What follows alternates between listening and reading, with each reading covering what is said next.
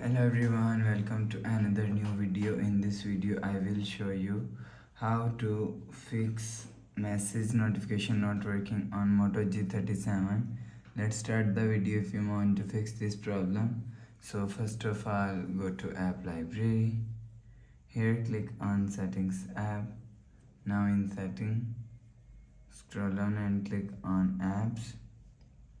After click on apps, click on CR, scroll down and click on message app.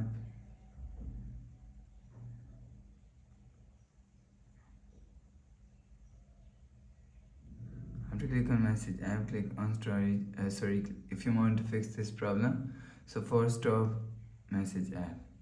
After force stop, go back to home screen. You will see your problem is solved. But if it doesn't fix this problem, go to app library, click on settings app. Now in setting, scroll down and click on sound and vibration and click on do not disturb, and make sure turn off do not disturb. After turn off do not disturb, go back to home screen. You will see your problem is solved. But if it's still not solved, so if you want to fix this problem, so last solution is reset all settings. Click on settings app and click on system and click on reset option.